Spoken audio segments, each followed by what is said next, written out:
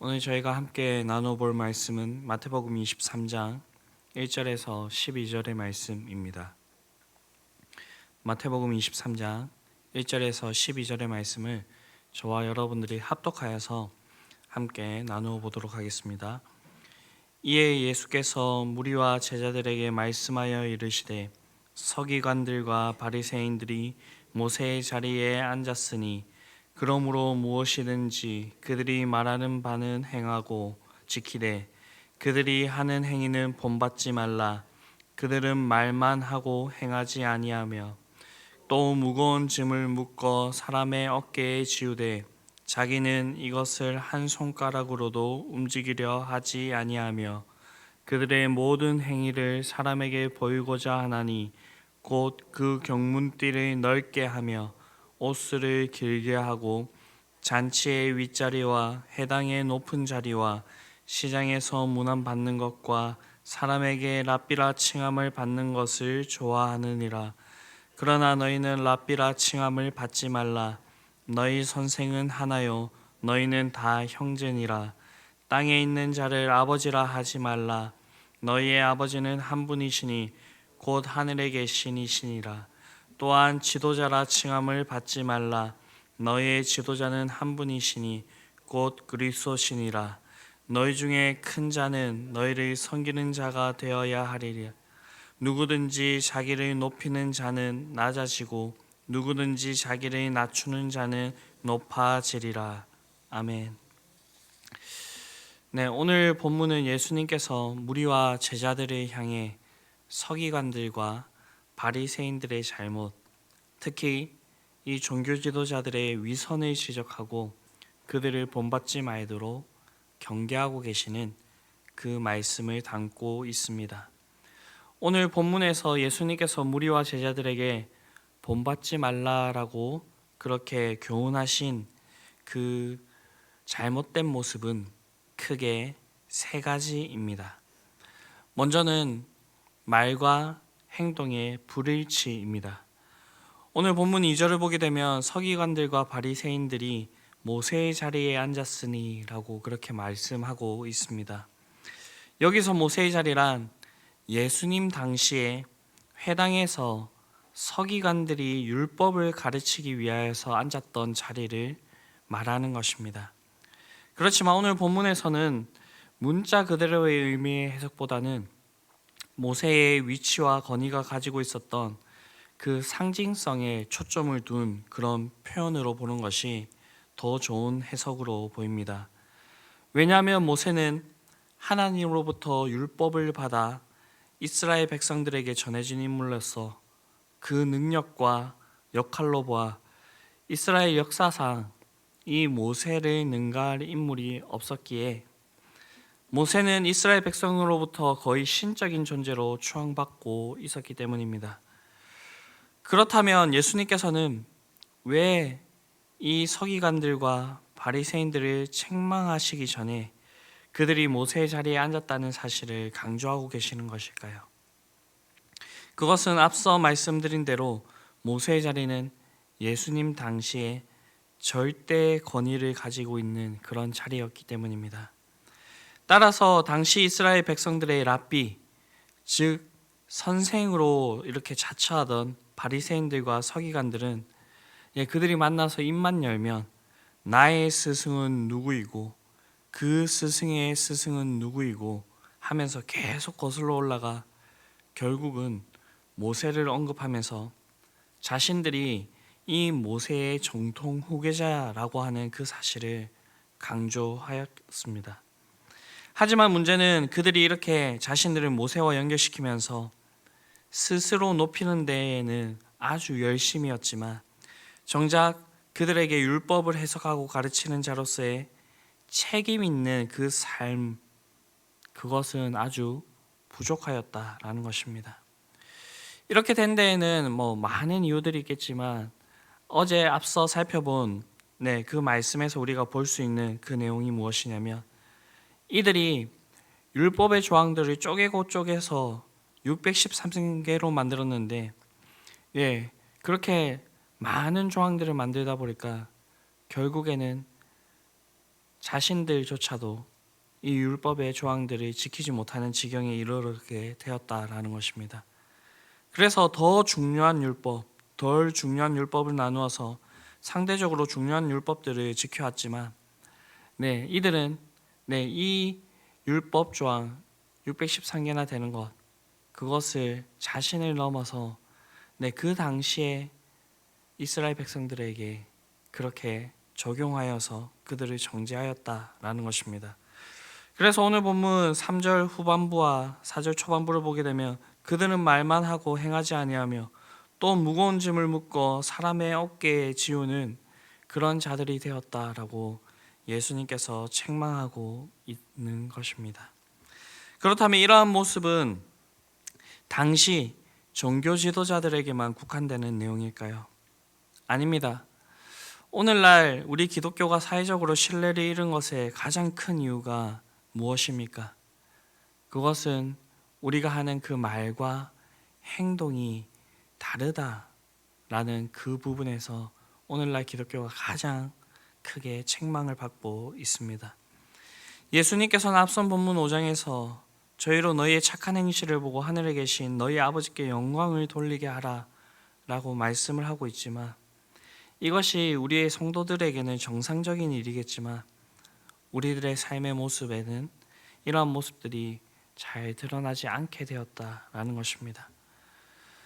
우리가 말과 행동이 일치하는 삶을 살아가는 것은 너무나도 힘든 일임을 잘 알고 있습니다. 아니, 우리의 힘만으로 한다면 이것이 불가능한 일임을 우리는 너무나도 잘 알고 있습니다. 그렇게 우리가 해야 될 것이 무엇이냐면요, 주의 말씀에 우리의 자신을 비춰보는 것이고요, 기도함으로써 하나님의 뜻이 우리를 통하여서 이 땅 가운데 드러나도록 하는 것입니다. 이 일을 위하여서 하나님께서는 이 땅에 오셨고요, 그리고 우리와 항상 함께 하시기 위하여서 성령을 보내주셨습니다. 그렇기 때문에 우리는 성령을 더욱더 의지해야 될 것이고요, 깨어서 끊임없이 자기 자신을 살피는 그러한 삶을 살아가야 할 것입니다. 그렇게 할 때에 우리가 말하는 바와 우리가 행하는 바가 그렇게 일치될 수 있을 거라 그렇게 믿습니다. 이러한 모습들이 우리의 삶 가운데 풍성히 있을 수 있게 되기를 간절히 바랍니다. 다음으로 예수님께서 본받지 말라라고 말씀하신 모습은 외식입니다. 5절을 보게 되면 예수님께서는 서기관들과 바리새인들은 그들의 모든 행위를 사람에게 보이고자 하나니 곧 그 경문의 띠를 넓게 하며 옷수를 길게 하고 라고 말씀하고 있습니다.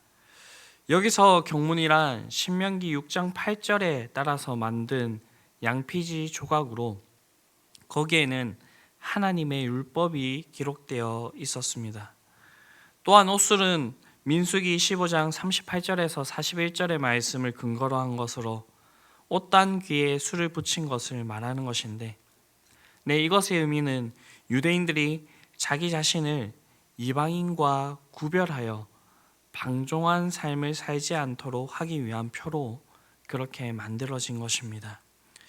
그래서 유대인들은 지금도 안식일이면 팔에 경문을 차고 길게 옷술을 늘어뜨린 특유의 검은 가운을 입고 자랑스럽게 예루살렘 거리를 돌아다니곤 합니다. 그렇다면 이러한 유대인들이 행동하는 그런 행동 자체를 예수님께서 책망하신 것일까 라고 했을 때에 그것은 아니라라는 것입니다. 그들이 경문을 차는 것과 옷술을 달고 다니는 것, 그것은 방금 성경적인 근거를 이렇게 말씀드렸던 것이 하나님께서 명하신 것이었기 때문에 그 자체는 잘못된 것은 아닙니다. 그러면 어떠한 것이 문제였을까요? 경문이나 옷술이 의미하는 본질 자체를 망각하고 오히려 이것을 장식하고 다니며 자기들을 과시하는 그러한 것으로 만들었다라고 하는 것이 잘못된 것입니다. 즉 말씀을 잊지 않기 위하여서 양피지에 그 말씀을 적어서 차고 다녔던 것, 이방인들과 구별되기 위하여서 방종된 삶을 살지 않기 위하여서 그렇게 달았던 옷술이 모두 사람에게 보이기 위한 장식품으로 전락하고 말았다라는 것이 이들의 가장 큰 잘못이었다라는 것입니다. 이들이 이렇게 된 이유가 무엇이냐면 이들은 하나님보다 사람의 눈을 의식하였기 때문일 것입니다. 오늘날 우리에게도 하나님께서 주어주신 의미 있는 것들이 많이 있습니다. 대표적인 것이 바로 십자가죠. 그래서 많은 성도님들이 차에 십자가를 이렇게 장식으로 달고 다니시거나 귀걸이로, 목걸이로 그렇게 하고 다니는 경우들을 볼 수가 있습니다. 그러나 이 십자가가 단순히 내가 예수님을 믿는 것을 나타내 보이기 위한 그런 증표로 우리의 장식품으로 그렇게 전략하고 만다면 하나님께서는 반드시 우리를 책망하실 것입니다.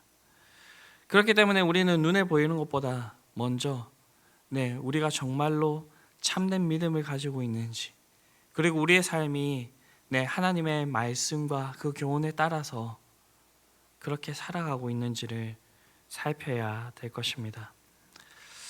이러한 사실들을 기억하면서 우리의 마음과 눈을 돌려 우리가 진정으로 하나님 앞에서 올바른 삶을 살고 있는지 그 자신을 살피실 수 있는 저와 여러분들이 될 수 있게 되기를 간절히 바랍니다.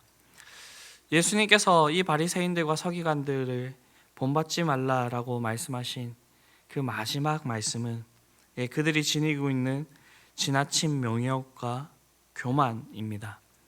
6절과 7절을 보게 되면 예수님께서는 바리새인들과 서기관들이 잔치와 해당의 상석을 좋아하고 사람들로부터 랍비라 칭함을 받으며 인사받는 것을 좋아한다라고 그렇게 비판하셨습니다.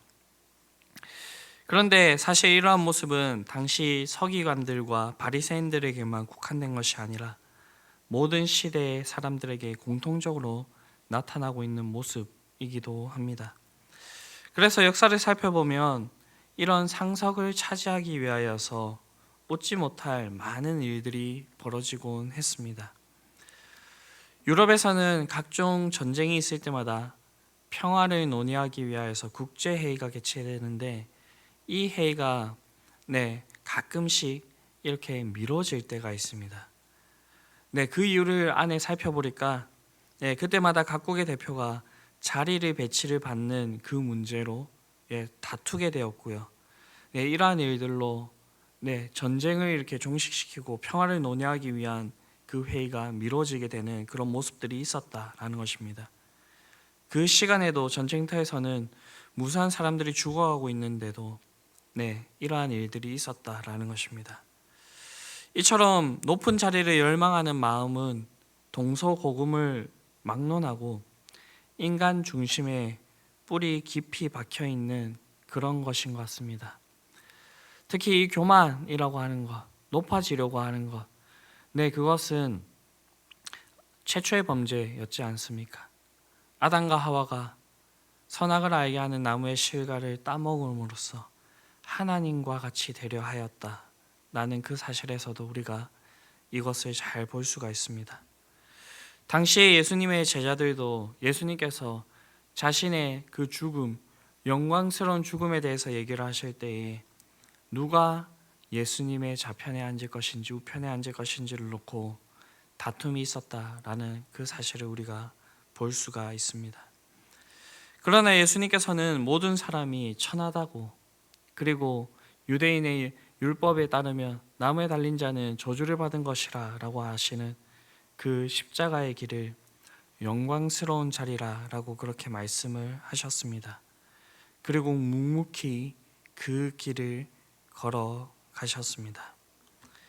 당시 여러 사람들이 모인 곳에 높은 자리만 탐하던 서기관들과 바리새인들이 어떻게 되었습니까? 그들의 바람대로 실제로 높아졌습니까? 아닙니다. 그들은 이 성경에 기록된 대로 오늘날 위선자의 대명사가 되었습니다.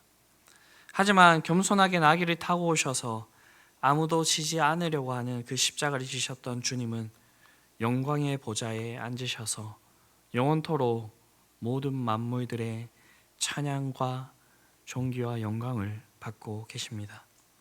이 주님께서 말씀하십니다. 너희 중에 큰 자는 너희를 섬기는 자가 되어야 하리라.